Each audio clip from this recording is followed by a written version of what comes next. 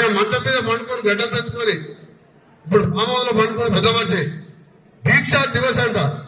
ఆయన ఇప్పుడు దీక్ష చేసిందంట, దానికి తెలంగాణ వచ్చిందని చెప్పి అదొక పెద్ద జోక్. అది ఖమ్మం హాస్పిటల్లో ఉండి జ్యూస్ తాగినాడు, నిమ్స్ హాస్పిటల్లో ఉండి గ్లూకోజ్ ఎక్కించుకొని ఇంజక్షన్ తీసుకొని దొంగ దీక్ష చేసి మా గోన ప్రకాశ్ రావు నడితే మొత్తం చెప్తా, డాక్టర్ల దగ్గర రిపోర్ట్ తీసుకుంది.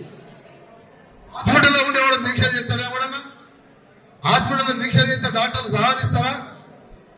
వీళ్ళ కొడుకు అల్లుడు ఏమంటాడు, మా మా నాయన సావు నోటు తలకాయ పెట్టేవాళ్ళు, సావు నోటు తలకాయ పెట్టినవాడు హాస్పిటల్ దీక్ష చేస్తాడా?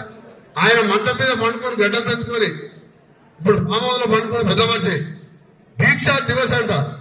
ఆయన ఇప్పుడు దీక్ష చేసిందంట, దానికి తెలంగాణ వచ్చిందని చెప్పి అదొక పెద్ద జోక్. అది ఖమ్మం హాస్పిటల్లో ఉండి జ్యూస్ తాగినాడు, నిమ్స్ హాస్పిటల్లో ఉండి గ్లూకోజ్ ఎక్కించుకొని ఇంజక్షన్ తీసుకొని దొంగ దీక్ష చేసి మా గోన ప్రకాశ్ రావు నడితే మొత్తం చెప్తా, డాక్టర్ల దగ్గర రిపోర్ట్ తీసుకుంది. హాస్పిటల్లో ఉండేవాడు దీక్ష చేస్తాడా? ఎవడన్నా హాస్పిటల్లో దీక్ష చేస్తే డాక్టర్లు సహాయిస్తారా? వీళ్ళ కొడుకు అల్లుడు ఏమంటాడు, మా నాయన సావు నోటు తలకాయ పెట్టేవాళ్ళు, సావు నోటు తలకాయ పెట్టినవాడు హాస్పిటల్ దీక్ష చేస్తాడా?